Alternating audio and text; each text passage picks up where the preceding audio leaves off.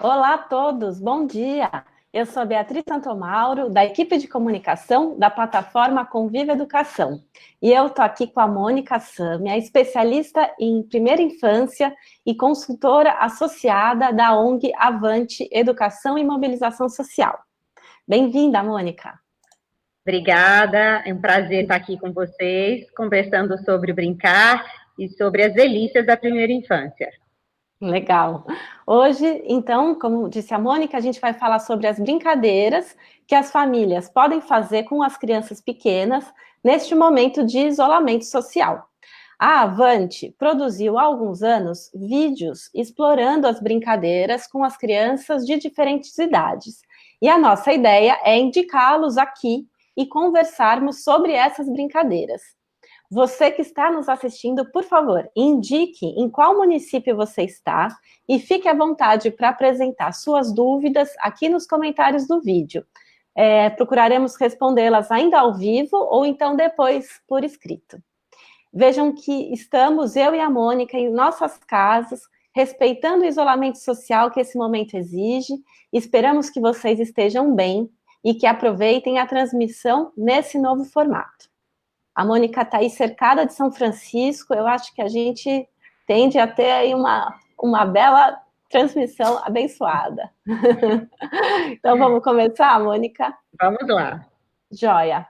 Bom, as aulas estão suspensas e as crianças que estariam nas escolas estão em casa. Quais que são as oportunidades e os desafios para o desenvolvimento da criança neste momento? Bom, vamos começar pelos desafios, porque depois vamos continuar com as oportunidades, né? A prosa vai ser sobre oportunidades. Os desafios são óbvios e as pessoas estão sentindo bem de perto, mas é importante a gente destacar alguns. A primeira coisa é que as crianças são muito sensíveis e captam de uma forma muito apurada tudo que está acontecendo, né? Então, um desafio é que elas estejam incluídas nesse contexto, de forma que a gente possa acolher os sentimentos das crianças, que a gente possa dar uma escuta a elas, e a brincadeira, nesse sentido, é uma forma muito importante delas expressarem e processarem esse sentimento. Uma das brincadeiras que as crianças fazem desde muito cedo é o jogo simbólico, né, onde elas representam papéis, elas lidam com os jogos e os papéis sociais de forma brincante, lúdica, mas elas processam. Então, já trazendo uma oportunidade que esse desafio de lidar com sentimentos, de lidar com aquilo que elas não compreendem bem, de lidar com nossos humores e mal-humores, né, das adaptações todas que esse mundo adulto está gerando, e o que eu gostaria de deixar é que a gente possa não tornar as crianças meros espectadores. Elas não são espectadores desse momento histórico tão difícil, elas são parte. Então, quando a gente inclui as crianças, né, e entende os desafios próprios delas, elas estão com menos espaços, elas estão privadas de convivência com outras crianças, criança adora criança, e em geral elas, né, ou tem os irmãos, que é diferente do amigo lá da escola, né, são poucas as crianças que têm esse ambiente. Então, estes são os desafios, alguns dos desafios, e as oportunidades, elas são circunscritas à casa, né, com diferenças muito importantes, porque nós temos um Brasil com muitas diferenças, e muitas desigualdades também, né? Importante que não são só diferenças, são desigualdades. Então, há crianças que estão em situações muito vulneráveis, ainda mais vulneráveis nesse momento, né? Mas o brincar é um território que resgata e deixa a criança num lugar de possibilidade de superação. É a forma de resiliência, de construção de resiliência da criança, né? Então, a oportunidade que a gente tem é de escutá-las, de entendê-las e de valorizar ainda mais o brincar para que ela possa ter esse direito adquirido. O brincar não é uma concessão, é um direito das crianças e a gente precisa potencializar, acolher e garantir esses direitos como adultos que estamos em interação com elas. Bacana. Nós fizemos uma videoconferência do Conviva há poucos dias, falando sobre as possibilidades de trabalho na educação infantil e reforçamos o vínculo entre as famílias e os educadores e que ele pode ser mantido nesse momento. E que se a escola for enviar atividades, elas devem envolver as famílias e não serem direcionadas especificamente para as crianças. Você pode rever o vídeo na íntegra e compreender o posicionamento da Undime e dos especialistas em primeira infância que participaram conosco. Nesse vídeo de agora, como a Mônica disse, a nossa intenção é nos debruçarmos sobre as brincadeiras, né? Só para a gente pontuar um pouco o que já foi discutido e o que a gente vai discutir agora, e não criar expectativas erradas, né? Eu vou colocar aqui nos comentários o link, então, dessa videoconferência, para que vocês possam acompanhar também, está super interessante. Então, Mônica, a gente sabe que muitas famílias estão trabalhando, seja fora de casa ou dentro de casa, e que sem tempo, e que os recursos financeiros também, muitas vezes, são limitados, ou limitadores das possibilidades, né? Em casa também não há os educadores intermediando as propostas, nem outras crianças que compõem a turma, e nem espaços necessariamente próprios para as crianças.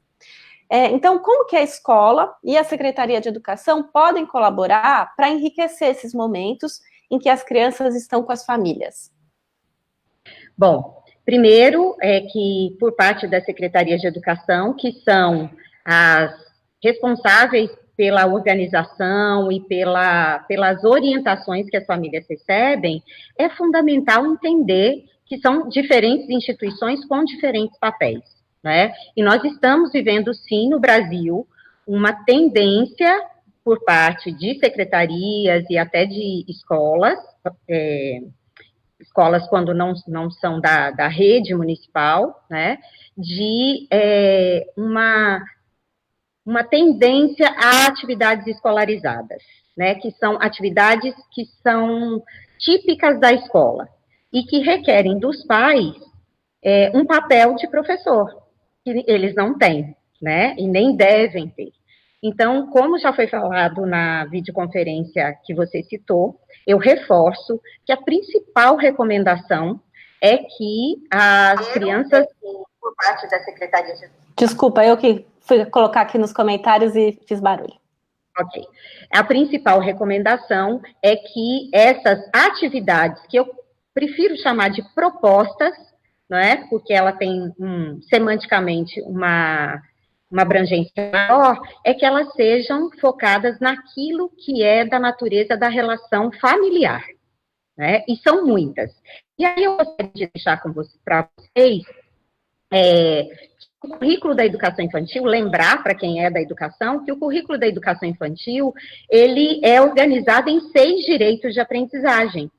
Então, se a gente, que é da secretaria, pegar a BNCC, ler os 6 direitos de aprendizagem e focar as atividades nesses direitos, depois a gente vai falar um pouquinho mais disso, a gente vai, certamente, estar indo num caminho que é de um currículo da educação infantil no ambiente familiar, mas aquilo que é específico da família. E aí eu vou falar os 6 direitos, porque um deles é do brincar, que a gente vai agora começar a aprofundar.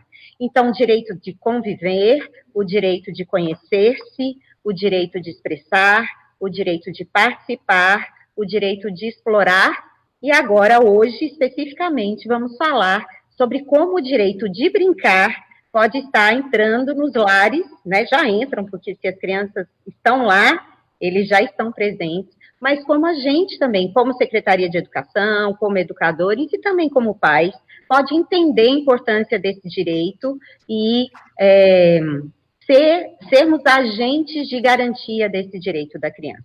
De novo, perfeito, lembrando, não é uma concessão, né? Não é uma concessão do adulto, é um direito desse ser que está vivendo um momento de sua vida em que o brincar é estruturante, psiquicamente, cognitivamente, emocionalmente, em todos os sentidos. Bacana. E as brincadeiras feitas em casa agora, elas precisam ter o intuito de ensinar algo que esteja previsto na BNCC, no currículo da rede, no PPP da escola? As brincadeiras já ensinam por si. A natureza da brincadeira é uma natureza aprendente. A criança aprende ao brincar. Então, o que a gente não precisa ter é uma expectativa de uma aprendizagem circunscrita, né? Então, eu vou oferecer esta brincadeira porque tem um elenco de conteúdos, né, que são garantidos de aprendizagem nessa brincadeira. Nem a própria, é um momento importante da gente recuperar, que nem a própria BNCC traz a perspectiva do currículo da educação infantil como conteúdo, mas como objetivos de aprendizagem. Então, as crianças vão aprender muito sobre muitas coisas, e coisas que se interligam, sobre convivência, sobre se conhecer, sobre se expressar, sobre participar, ao brincar, né? Penso que é uma ocupação completamente desnecessária e distorcida nesse momento. O brincar é um meio de bem-estar da criança. E esta é a principal condição que as crianças precisam viver hoje. Não só as crianças, nós também como adultos, né? O bem-estar, a condição de estar resiliente, estar se relacionando com esse momento tão desafiador de forma melhor possível. E a brincadeira é geradora disso e de múltiplas outras aprendizagens, conforme a gente vai ver nos vídeos aí que nós preparamos. Perfeito, legal. Então, como a Mônica disse agora, e a gente falou no início dessa transmissão, a Avante produziu há alguns anos vídeos explorando as brincadeiras com crianças de diferentes idades. São 19 vídeos, e são curtinhos e super lindos, e eles estão disponíveis no YouTube da Avante, em uma playlist chamada Nossa Rede Educação Infantil. Conforme você está vendo aqui na tela, o Vinícius vai nos ajudar e compartilhar aqui a playlist. E eu vou colocar nos comentários desse vídeo, no Facebook, o link direto para vocês acessarem. Mas se tiverem alguma dúvida, então, basta acessar o YouTube, procurar a Avante, e então a playlist chamada Nossa Rede Educação Infantil.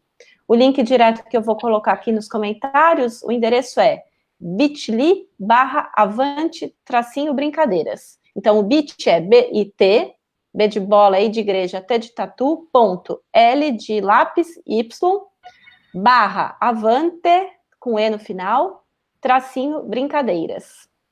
Legal. Bom, Mônica, em qual contexto que esses vídeos foram produzidos? Bom, nós estamos em Salvador, sediados em Salvador. A Avante tem uma abrangência bastante polarizada aqui no Nordeste, né? Capilarizada, na verdade, aqui no Nordeste, mas tivemos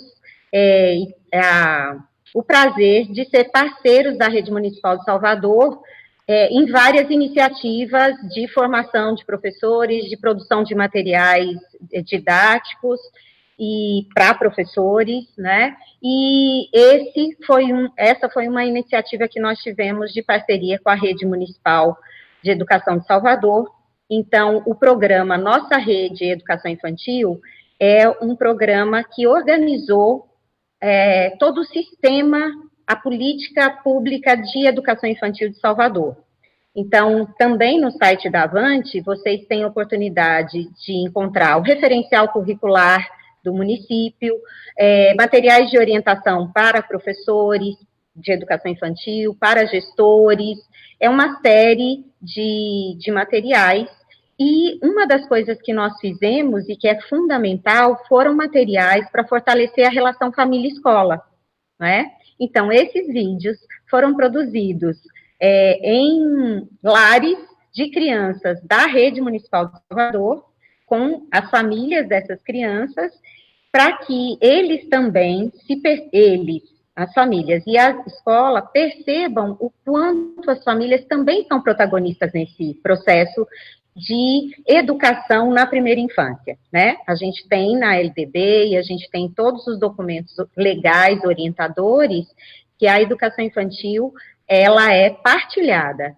entre família e escola, né? E isso é muito importante, por vezes não tão bem encaminhado, e dentre as muitas oportunidades que esse momento difícil está nos dando, é a gente recuperar uma relação mais próxima, mais dialógica e mais de igual para igual com a família. Quando eu digo de igual para igual, não é a família se tornar a escola, mas é a gente estar realmente fazendo esse diálogo e essa troca com a família. Então, vocês vão assistir vídeos que fazem parte desse conjunto de materiais, né, que tanto servem para as famílias, quanto servem para as escolas, e a gente fica muito feliz de agora eles estarem a serviço também desse momento da pandemia, e aproveitamos para agradecer à Secretaria de Educação, né, que disponibiliza esses vídeos, porque esse é um patrimônio que muitas pessoas podem se beneficiar. Perfeito. Então, a gente vai mostrar o trecho de um vídeo em que uma mãe fala sobre como conversa com seu bebê. Vamos lá. Ai, me dá bola, não sei o quê. Tem um momento também que tem que ter carinho e tudo, mas não precisa ficar muito infantilizado, porque ela já entende. Quando eu quero pedir alguma coisa a ela, eu peço, explico. Macaco. Cavalo. Não é cavalo, não. Macaco. Aê, dá um beijo. Bom. Acabou o quê? Bom. Não precisa estar falando errado. A criança, quando crescer, tá falando errado. Tem que corrigir. Um exemplo, mamãe, eu quero água. Não, fala, não, filho, é água. E vai dar água para a criança. E assim crescendo, aprendendo. Não precisa estar repetindo o erro da criança. Joia. Mônica, você quer comentar um pouco sobre esse assunto, sobre a conversa da mãe com o bebê? Acho que o que é importante aí é salientar o quanto a criança, a mensagem que a gente quer passar, que a criança é um sujeito sempre, desde sempre, né? E que ela não precisa, para se sentir acolhida pela mãe, ela não precisa que a mãe esteja falando como se, né, com os diminutivos, o que em geral acontece, é uma tendência nossa, e não há nenhum problema em relação a isso, mas é trazer para vocês que as crianças são muito perceptíveis desde muito cedo ao ritmo da fala, né, e as expressões do corpo, a forma como a gente se coloca para ela. Então, quando a gente diz, mas o bebê entende, sim, o bebê entende.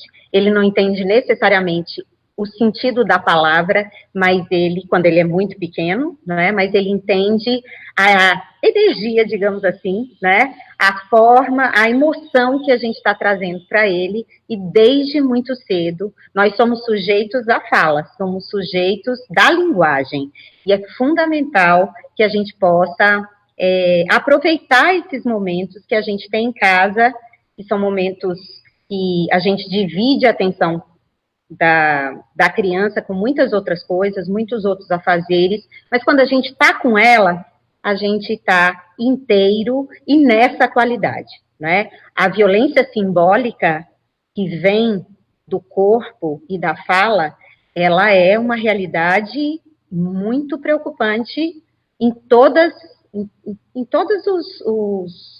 digamos,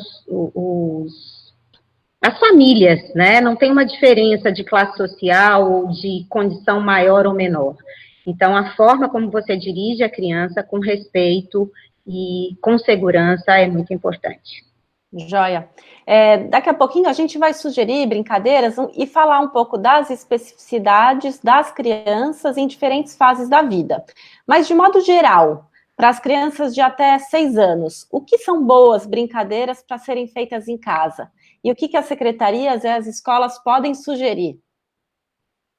Bom, eu quero começar essa sessão de conversa dizendo que as boas brincadeiras, as melhores, são aquelas que as crianças querem fazer, né? As preferidas delas.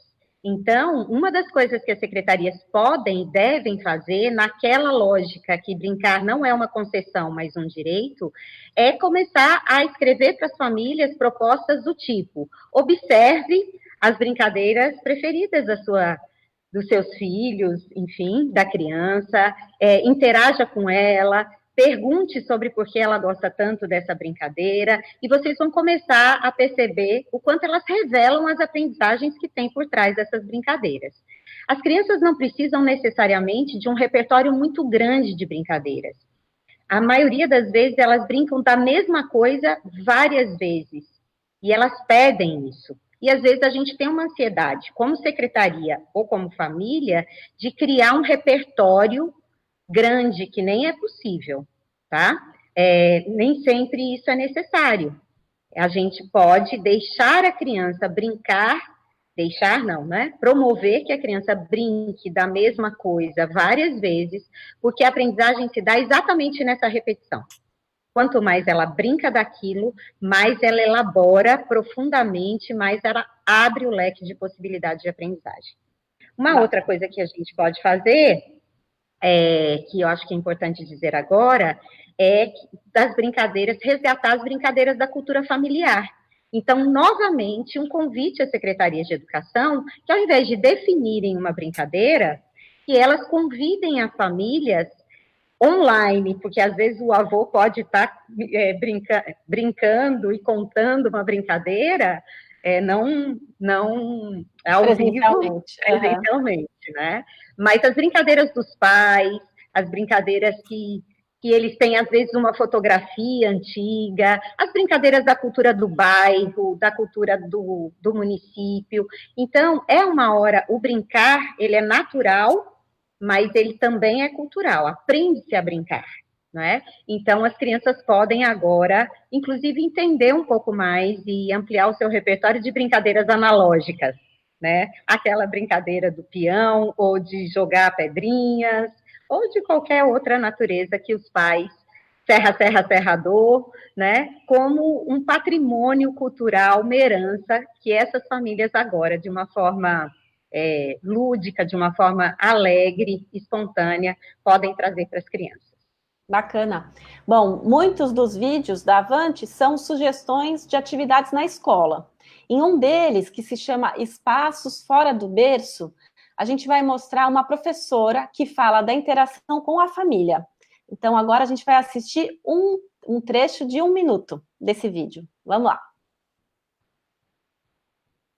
Que a gente faz cada brincadeira para desenvolver essas coisas, assim, contação de histórias, desenvolve sentimentos. A gente brinca de dançar, brinca de roda. Eles gostam mesmo, eles dançam, cada um do seu jeito. Pra lá, pra cá, pra lá, pra cá, pra lá, pra cá, pra lá. Eu rolo lá, tem um colchão grandão, e aí, vamos brincar de rolar, vamos rolar pra cá, rolar pra lá. Sei que a vida é agonia, é cansaço, é trabalho, mas mãe e pai, tira um tempinho para sentar no chão com seus filhos, para brincar um pouquinho, como a Pro faz. Bom, voltamos já, Mônica. Porque é muito legal. Eles gostam, você tipo gostaria assim, de comentar sobre esse vídeo?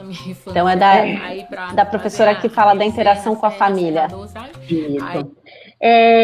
Além de comentar sobre esse vídeo, né, que vai trazer para a gente uma ideia, as crianças, quando são muito pequenas, elas têm uma necessidade muito grande de se sentir seguras afetivamente, né? E as crianças, elas gostam muito de brincar sozinhas também. Os bebês um pouco mais novos que esses, por exemplo, eles precisam, inclusive, de momentos em que eles estejam sozinhos, para explorar o corpo, para descobrir o seu corpo, descobrir que a sua mão, por exemplo, faz parte do corpo. Então, uma das ansiedades do mundo adulto é que as crianças precisam, e os bebês precisam do adulto o tempo todo para brincar. Isso não é verdade. Quando você dá segurança afetiva para eles, quando você gera uma interação de qualidade, os bebês também ficam muito tempo explorando coisas sozinhos, né? Legal. Então, além do vídeo, das situações que estão no vídeo, eu queria propor uma coisa que eu gosto muito, que é feito muito nos berçários e nas turmas de crianças pequenas, que é o Cesto dos Tesouros. É uma proposta que as secretarias podem fazer para os pais, né? E não precisa ser um cesto dos tesouros, mas podem ser objetos que têm segurança, né? Então, não podem ser objetos pontiagudos ou que a criança possa engolir, mas que são objetos que têm texturas, formas, possibilidades sensoriais diferentes, cheiros. Então, às vezes, quando eu dou para a criança uma laranja, por exemplo, e Um prendedor de cabelo. Um prendedor de cabelo, né? Observem, se vocês puderem, quanto tempo a criança fica com esses dois objetos. Porque para uma criança pequena, tudo é descoberta. Então, quando ela pega a laranja, ela vai pegar de uma forma, ela vai sentir uma textura, ela vai sentir um cheiro, ela vai colocar na boca e sentir um sabor, que vai dar uma outra percepção, e ali tem muitas descobertas e muitas aprendizagens. Então, o mais rico dessa possibilidade do brincar das crianças é que não precisa ser nada mirabolante. Isso é mágico. A gente diz que é tornar o cotidiano extraordinário, né? Isso é tornar o cotidiano extraordinário. Já quando ela pega isso, ela provavelmente não vai conseguir fazer esse movimento, porque ela não tem esse nível, né, de capacidade, mas ela enfia o dedinho, ela percebe outra textura, outra temperatura. Então, uma das coisas que a gente vai falar bastante hoje é o brincar sem brinquedos. O quanto as crianças precisam brincar com as coisas que estão em volta dela. Bacana. Tá? E o que muda quando a gente fala das crianças de 1, 2, 3 anos? Bom, as crianças de 1, 2 e 3 anos já estão andando, né? E isso é um fenômeno na vida delas. É muito legal quando a gente começa a ter uma escuta sensível à criança, que a gente começa a perceber o quanto é extraordinário, tudo é extraordinário para elas. Então, quando elas se levantam e se põem em pé, né, a gente, no início, fica encantado, mas depois isso é parte da nossa rotina, não é verdade? Mas para ela, não. Cada dia em que a competência dela de andar, de se movimentar, vai ficando melhor, por exemplo, uma almofada, você tem um assento de uma cadeira, ou as costas da cadeira que se movimentam, então você tira, você coloca no chão para que a criança possa passar aquele obstáculo, enfim, a casa, ela é cheia de possibilidades. E a gente pode, sim, propor às famílias que intencionalmente façam um circuito, por exemplo, para as crianças. E uma outra dica importante para essa idade. As crianças começam a descobrir a força nessa idade, que elas são fortes. Então, elas amam todas as brincadeiras que exigem que ela faça força. Então, você pode fazer uma cobrinha de tecido com areia para que ela puxe. Ela adora perceber que, além de caminhar, ela consegue caminhar puxando. Ou que ela pode, por exemplo, levantar alguma coisa pesada em casa. É claro que ao levantar um peso, dependendo do suporte, a gente precisa estar com um pouco de cuidado, mas são brincadeiras preferidas das crianças. Bacana. Então, agora a gente vai ver um trecho de um vídeo que mostra um pouco as propostas para crianças de 2 e 3 anos.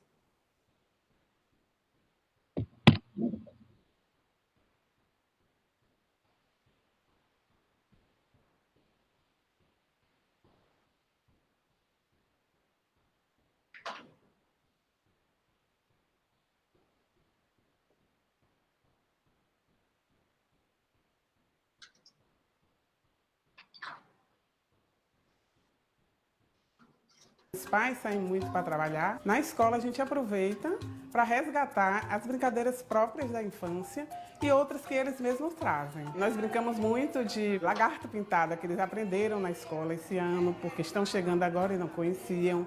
Boca de forno, brincadeiras que usem o corpo, porque nessa idade é o que eles usam para se expressar. Mas o que eu mandar, e não fizer, cobra não tem pé, a cobra não tem mão. Como é que a cobra sobe no pé? Eles usam a brincadeira para se comunicar e para se colocar no mundo, porque é a forma de expressão que eles têm. Então a gente aproveita isso e explora dentro dessas brincadeiras as habilidades próprias da idade, que é a oralidade, o movimento, a expressão.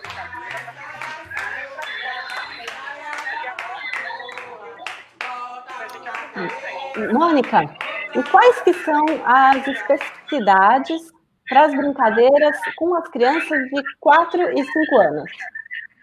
Bom, para 4 e 5 anos, as crianças elas já têm mais autonomia, então é quando elas já podem participar ainda mais das decisões sobre o que brincar, na verdade? Então, a gente ficar...